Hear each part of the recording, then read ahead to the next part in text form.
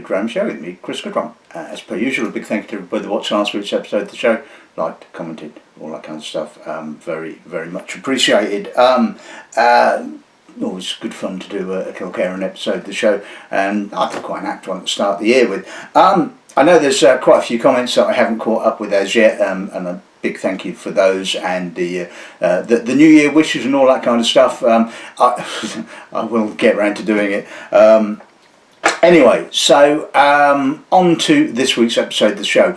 I've been kind of sort of gathering together sort of White Peak samples for a little while now. I think in actual fact the last time we did an episode of the show on the Wireworks releases was 2022 in actual fact, so long overdue. And obviously before we start, a very, very big thank you to Max at the Distillery for kindly sending me the samples and sort of, you know, being kind of nice with that. So that's really cool. Obviously, as you well know, the company that I work for puts them on the shelves, so it's a symbiotic relationship at the end of the day. But it's always nice to get sort of the samples, and especially the last sample that we'll be looking at today, which is something pretty special, I think.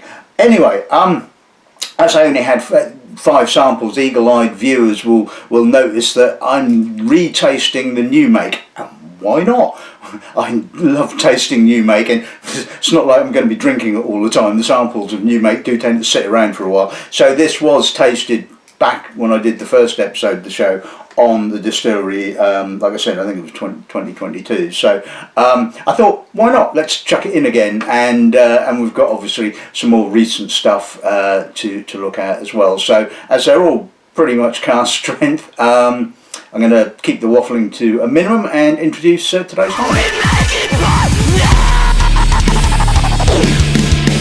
Right, okay, so as I said, we're going to start off with the new make. This is sample came to me at 55%. Now, I don't know whether that's the casking strength for the Distillery. I probably should have watched my earlier episode, and that probably might have told me. So yeah, go and watch the earlier episode before you watch this one. Anyway, so the new make is peated, fairly lightly peated, I think, to 6 parts per million. Has a fairly long fermentation of 96 hours using live yeast from a local brewery, and should end up with a sort of a nice fruity, not overly estery, but you should get a nice fruity new make. So let's hope that the sample is still showing quite nicely. The next sample we're going to be looking at came from July of last year. This was the Ex-Bourbon. So bottled at 53.4%. Now, I mean, I'd be on when I sort of tasted the first stuff that the Distillery releasing, the Cadero and what have you. As you well know, heavily skewed towards STR casks. I think almost as much as 70-30. I think for some of the early bottlings, and I always wanted to see what the spirit would be like just aged in Ex-Bourbon. I mean, they did a virgin oak release, which I thought was very, very good, so looking forward to trying that one. Bottling number 2 is actually an even older sample. It comes from December of 2023 in actual fact. So this is the Wireworks Full Port, bottled at 52.4, aged in port casks from the Diaz cooperage in Porto. So that will be interesting. As you can see, for a port matured, it's actually pretty light, so hopefully that'll be quite nicely balanced. 2 new finishes we'll be moving on to. These came out in October of this year. This is the first one is the Moscatel finish at 53.6%, and the next one is the Madeira finish, also at 53.6%. That's a bit spooky that they both came out at the same ABV. I don't know whether that was done deliberately or whether that was happenstance, as they say, but yeah, 53.6 for those. And the final bottling of the day will be, like I said, something quite special that was released in November of last year. This was the Virgin English Oak Finish bottling. Now, this was finished in an English oak quarter cask. I don't know where the oak was actually sourced from, and I don't know whether they got more than just the one quarter cask or whether several. Anyway, the interesting thing about this was released purely to be sold by bricks and mortar establishments that stock the Wireworks whisky, and the whole idea, and I have to say it was I have to laud the idea that Max wanted basically customers to physically go to the stockists and possibly buy some other stuff as well. Now it did do that, insofar that customers came in looking for this particular bottling, and I think there was only about 90 something, so really very, very appreciative of the sample. Unfortunately they didn't buy anything else, they just wanted to buy this. So but I mean, how many distilleries kind of like go to that kind of length, and it's really, really cool, because at the end of the day, like I said, we all have a bit of a symbiotic relationship with distilleries. Distilleries need retailers to sell their stuff, retailers need distilleries to distill good whiskey to sell. It might sound sort of like a bit sort of a stupid thing to say, but I think sometimes in all of the hyperbole, that kind of simple truth kind of gets lost, and certainly when you're dealing with some of the large multinational companies, no names mentioned, you just become essentially another cog in the wheel, shall we say. So when you have a sort of a direct relationship with a distillery, it doesn't matter whether it's just down the road or whether it's a few hundred miles away, it's always nice to have that kind of closeness, that kind of relationship, because you feel more inclined to want to sort of stock and sell their products at the end of the day, because you like the people, not just liking the whiskey. So like I said, always nice to have a symbiotic relationship. So anyway, trying not to waffle too much, so like I said, the Virgin English Oak quarter cask finish, I think that's going to be something quite special. Oh, look at the bloody colour on that, will you? I mean, you would have thought that was an Oloroso cask. That.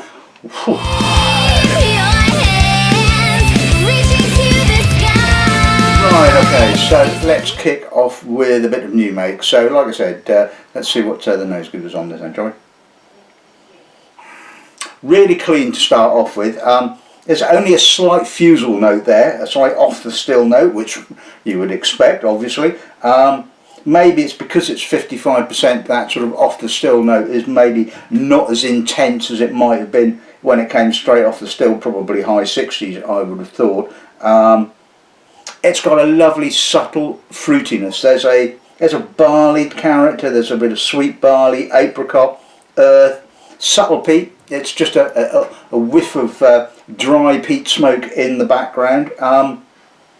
And I remember tasting this and thinking, this is going to work really nicely with bourbon, American oak. And it was a bit of a surprise when the initial bottlings were very heavily influenced by STR casks. Just I thought, okay, maybe it's a bit simple. I will say, obviously, and the STR casks are going to sort of add an element of complexity. But like I said, I was really looking forward to trying this, just wholly aged in American oak. But anyway, so lovely, subtle, fruity character on the nose. Let's see what the parts are.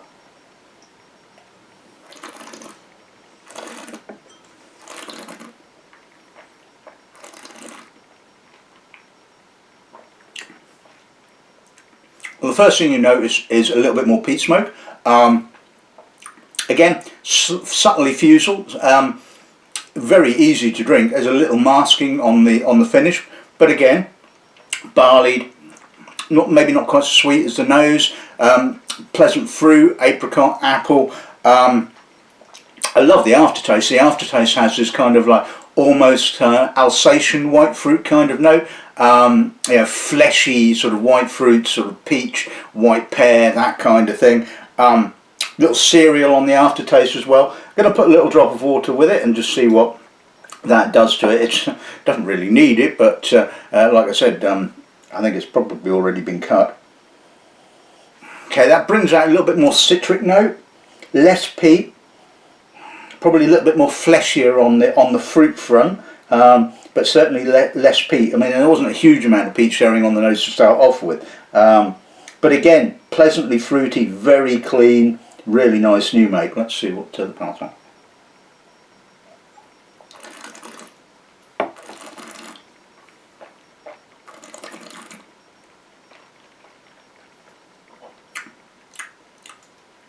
Oilier, more fusel, drier, although not so much alcohol, it's more of a dryness now, a sort of barley husk dryness. Less fruit, like I said, more fusel.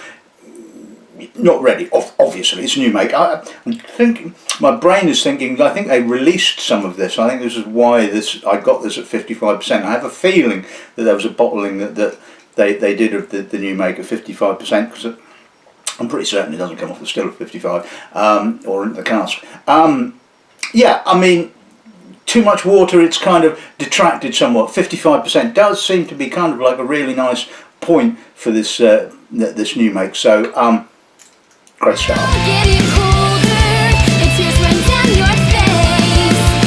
Okay, so let's move on to the Ex-Bourbon. So let's see what those gives on the then, shall we? Fresh, crisp, getting plenty of that citric note, certainly that I got from the new make. Almost bubblegummy white fruit, straw, a little bit more peat, a little bit more stringency to that peat note. Quite a lot of vanilla, some butter, pepper, menthol. I mean, that's a lovely nose.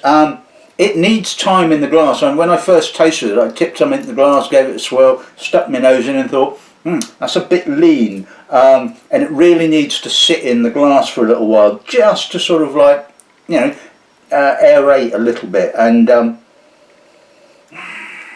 that's nice. It's really nicely balanced, it has to be said, and it's got that lovely citric note coming through, some fruit, some soft American oak, you know, lovely butteriness, and it's just really harmonious. Let's see what it passes like.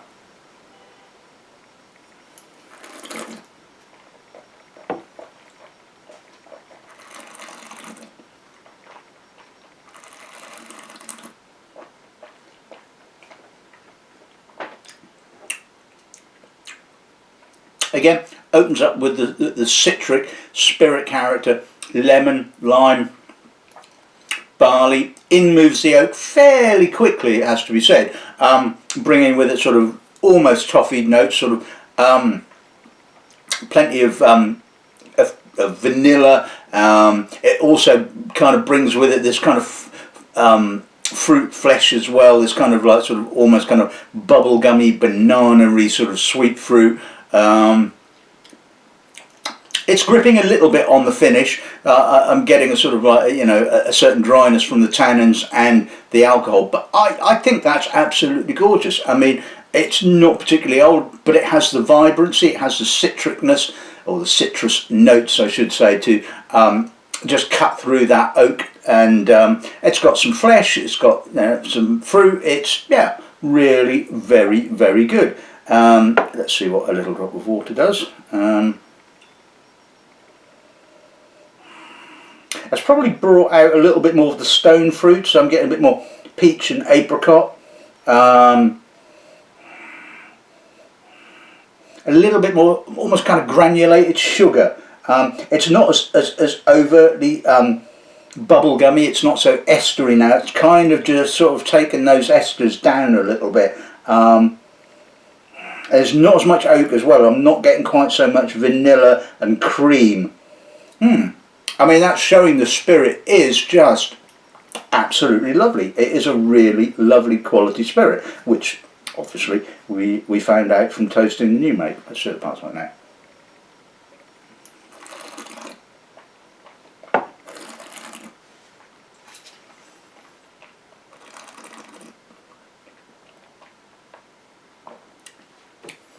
Now conversely, it's brought forward more of the oak on the palate. I'm getting more cream, more vanilla, a little bit less of the spirit character, but it's still there. Still has that sort of lovely citric note, just sort of cutting through the oak. Barley, white fruit finish. Again, it's a lovely whiskey. I'm really intrigued to see how this is going to carry on maturing in American oak. Maybe we'll get in a little bit more sort of oxidative character. It'll lengthen a little bit. You know, it'll be just interesting to see how this kind of keeps developing, because that is showing really, really well. Okay, so let's move on to the full port. Let's see what the nose gives us on this now. I think, from memory, this is about 4 years old. I think, is it 4 years old? Might have been a bit older. Quite earthy, almost manure-y, black fruit. Getting quite an alcohol prickle, and it's only 52.4%, but I'm getting a definite noticeable alcohol. A little bit of barley, a little bit of vanilla, a touch of marzipan. This is pretty much port centric, but it's not fruit port, it's kind of port wood, if you like. There is a difference. There is a sort of a straw like manure-y fruit note, but it's more about the sort of the oak and the port cask itself, as opposed to sort of like having a very winey influence, which is interesting, unusual. Possibly these were refilled casks, maybe. Yeah, I mean, it's okay. It's not one that I'm sort of raving about because the balance is slightly skewed into the sort of like the port wood. But yeah, let's see what it pans like.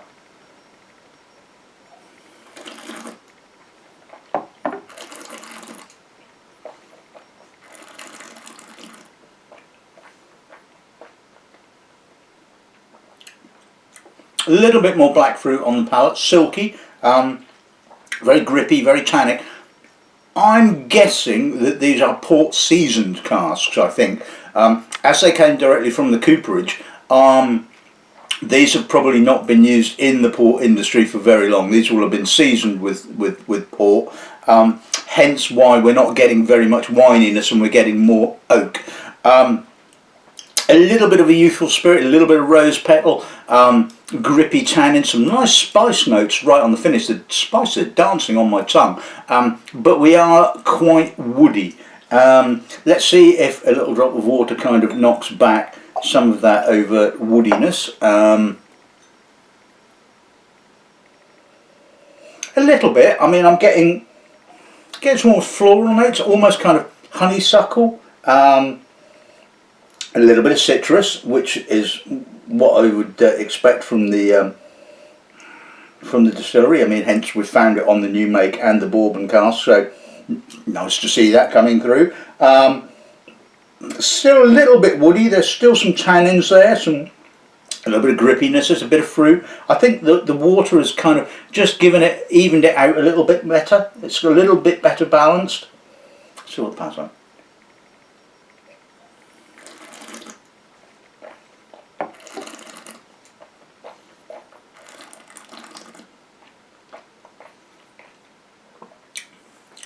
Still quite grippy, quite tannic. It's kind of emphasised the youthfulness of the spirit. I'm getting that sort of rose petally kind of youthful spirit note. I'm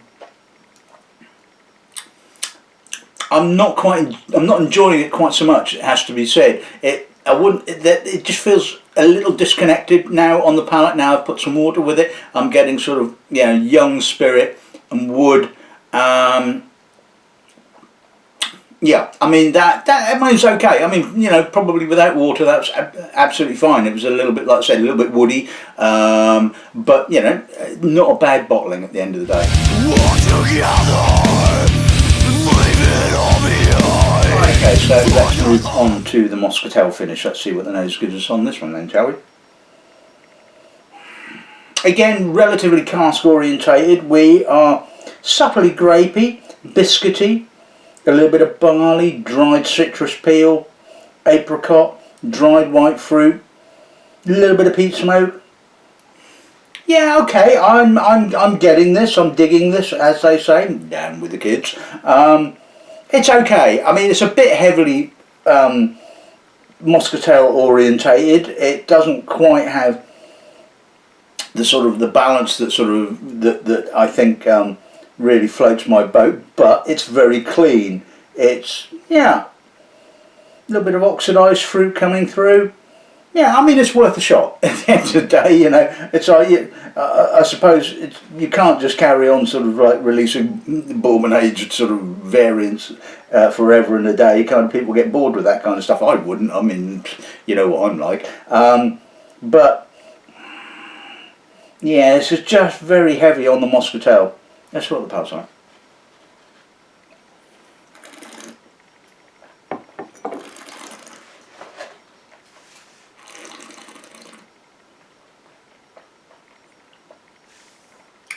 Silky,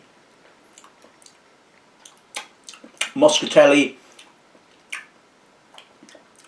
citric, a little bit of citricness. It's got that kind of, almost kind of sultana ice cream. Yeah, it is very much influenced by the cask. There's a little bit of peat smoke, a little bit of wood smoke, some citric notes coming through. I don't think you're going to kind of dampen that citric note that is obviously prevalent in the spirit. But again, we are very much orientated into the sort of Moscatel, into that grapey, winey, biscuity kind of character. Doesn't really actually need any water at all. It is just, you know, you can drink that. That is, one could argue, slightly dangerous, but that is absolutely fine. You don't need to put a little drop of water with it, but we will do so to find out what happens to it. Fresher, less Moscatel, but grapier.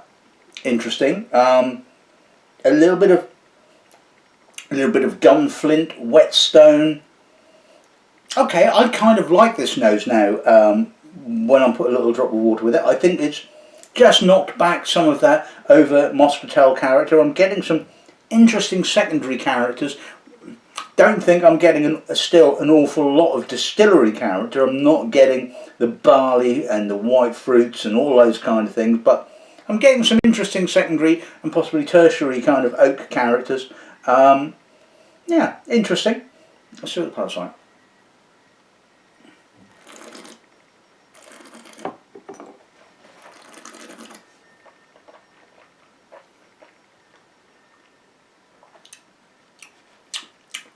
Like the nose, I'm getting a little bit more sort of minerality, citrus, freshness.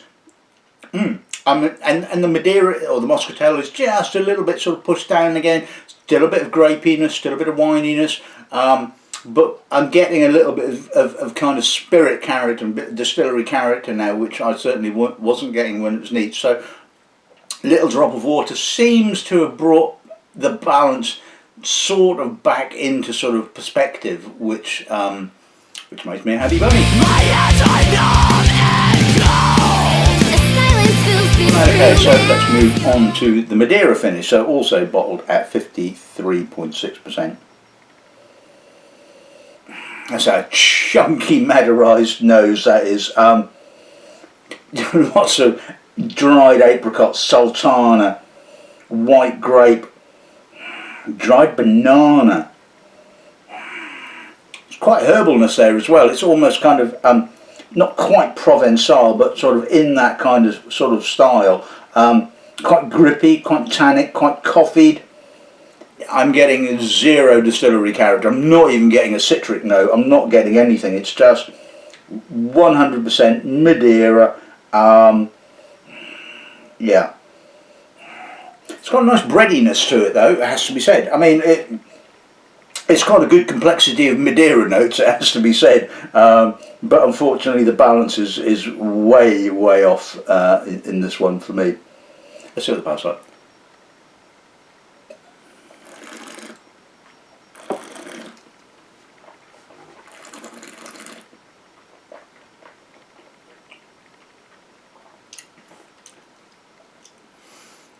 That does grip on the finish. There's a bit of a burnt wood, tannin, but there's a softness there as well. I mean, again, that sort of Madeira character is just wonderfully voluptuous, but I'm still getting no distillery character whatsoever. It's all about the Madeirized fruit, the dried grape, the sweetness, but then you've got the alcohol kind of like offsetting that sweetness.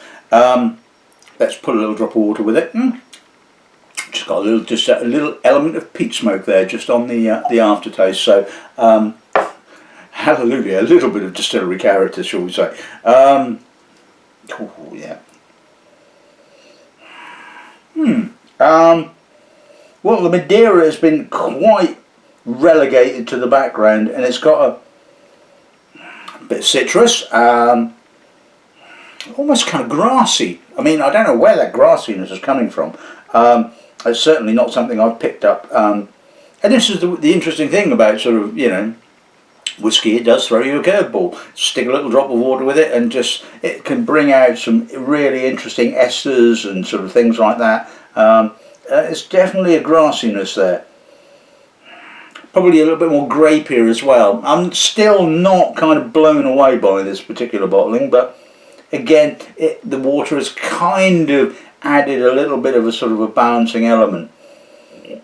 It's also, there's a little soapiness there as well, but we'll gloss over that. See what that's on.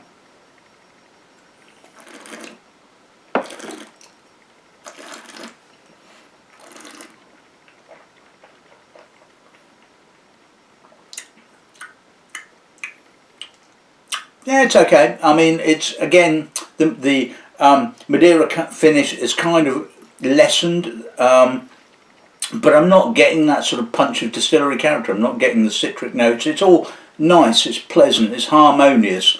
But again, it's not really particularly complex. It's just there, if you like, and it's not kind of worked quite as well, I think, as the Moscatel finish. I mean, certainly a little drop of water with that kind of brought forward the citric notes and the things that I was looking for. This really hasn't done that. It's kind of mellowed everything. It's all become very soft, very pliable, very kind of pleasant, but it really hasn't kind of brought out the distillery character. So for me, yeah, I'm not kind of quite loving that one so much. Right, okay, so looking forward to this one, the English Oak. I don't think I've tasted a whiskey that's been aged or finished or had anything to do with English Oak. I remember there was Glengoyne did a Scottish Oak bottling many years ago, but I've never seen an English Oak. So this is going to be really intriguing. Oh, bloody hell! That's intense, that's big, it's woody, it's kind of almost treacly, it's almost into the Oloroso. I mean, wow, who would have known it from English Oak? So you would certainly not shy in retiring. Plenty of herbal tannins. Can I get any distillery character? Can I? Hell, no distillery character, but I mean, this is just sort of like, you know, big, woody, grippy, treacly, tarry, sort of sappy. It's a monstrous nose, it has to be said. I mean, it's kind of, I can almost kind of smell that wood grain. Wow, I mean, it's not light and sort of, you know, herbal and vanilla-y like sort of American oak. It's kind of a little bit more, I suppose, rustic. And maybe that's it. Maybe that sort of English oak is more kind of rustic and less refined than American oak, possibly a good reason for not using it. Maybe. Am I saying that we're less refined than Americans? Well, there you go. Certainly as far as wood is concerned. Anyway, there's an interesting sweet sour axis kind of going on here. I mean, like I said, I mean, you're getting absolutely bugger all distillery character whatsoever. No citrus, no barley, no fruit. It is just oak, oak, oak and oak.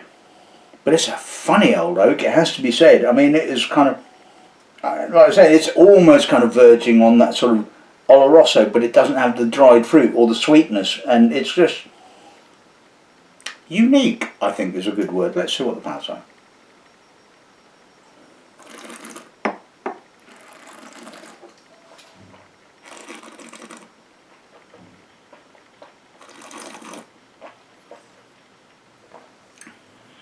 Grippy, woody, tannic, treacly, touch of char, more peat than that was on the nose. I mean, it's not huge peat, but there's a more noticeable peat note.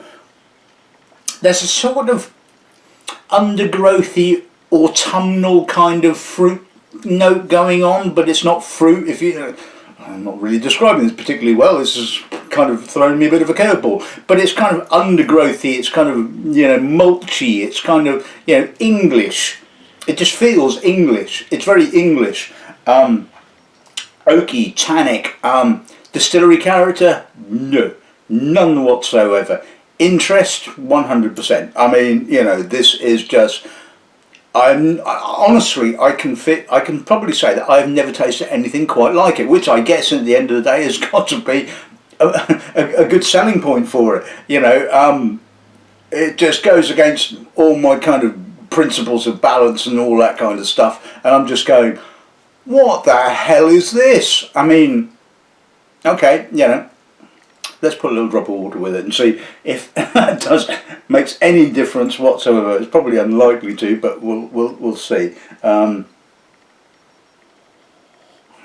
Chocolate. It's all got quite chocolatey now. Both milk and dark chocolate, and I love my dark chocolate. I love my chocolate full stop. One of the yes, probably shouldn't be eating so much of it. It's still pretty woody. There's still no distillery character. It's softened the tannins, but it's unique. It's unique. It has to be said. You know, would I sell my kidney for one of these? Well, I've got to taste it, so I don't need to. Thankfully. Yeah. Let's see what the pulse like.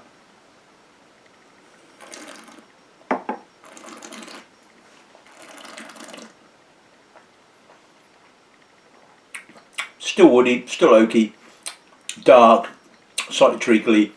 No distillery character. It's all wood. I mean, it's fun. I mean, it's just like nothing I've ever tasted. It has to be said. Well, it does come close to some Oloroso cask stuff, but there, like I said, it doesn't have the sweetness or the dried fruit or all that kind.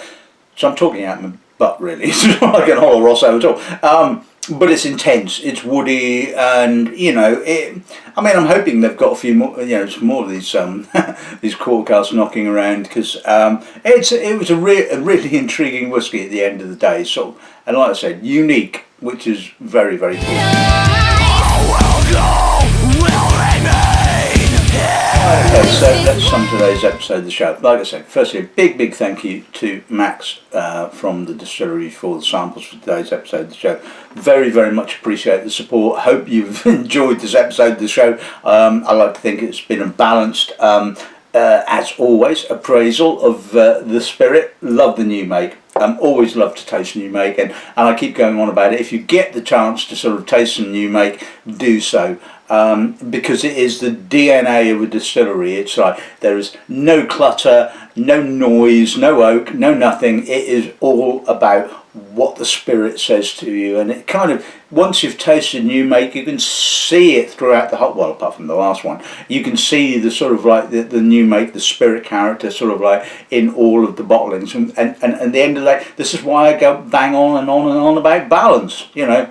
The second bottling, the Ex-Bourbon, like I said, possibly a little young at the moment for it, but lovely to see it, it has to be said. Worked really nicely, didn't need the STR and all that kind of gubbins.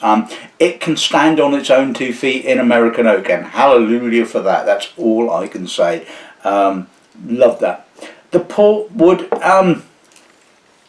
mixed feelings about that one, it has to be said. I mean, it was very woody, and like I said, I think that these were port seasoned casks as opposed to casks that had been used within the port industry, because it wasn't winey enough. It didn't have that kind of porty black fruit character. It was more about the wood. So yeah, interesting from that kind of perspective, but again, just, I mean, water kind of brought a balance into perspective a little bit, but I think it was just sort of like a little heavier on the cask for my personal taste.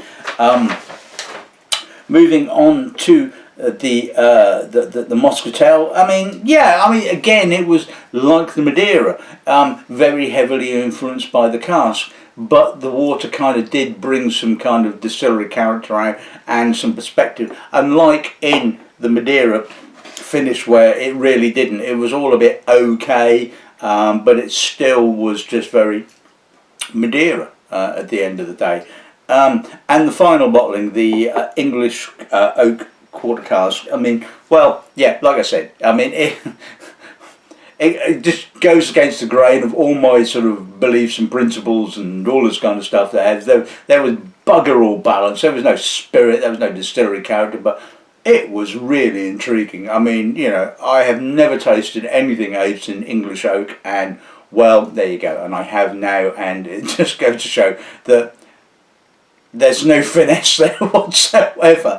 It's kind of rustic and a bit brutal, and you know, does that sum England up? I think it probably does. In actual fact, it's a metaphor for Englishness, as they say. And well, I'm not going to go any further than that. But anyway, big thank you to Max from White Peaks for the samples for today's episode of the show. I had a hell of a blast. Hope you've enjoyed this episode. All that's left to say is good afternoon and good dramming.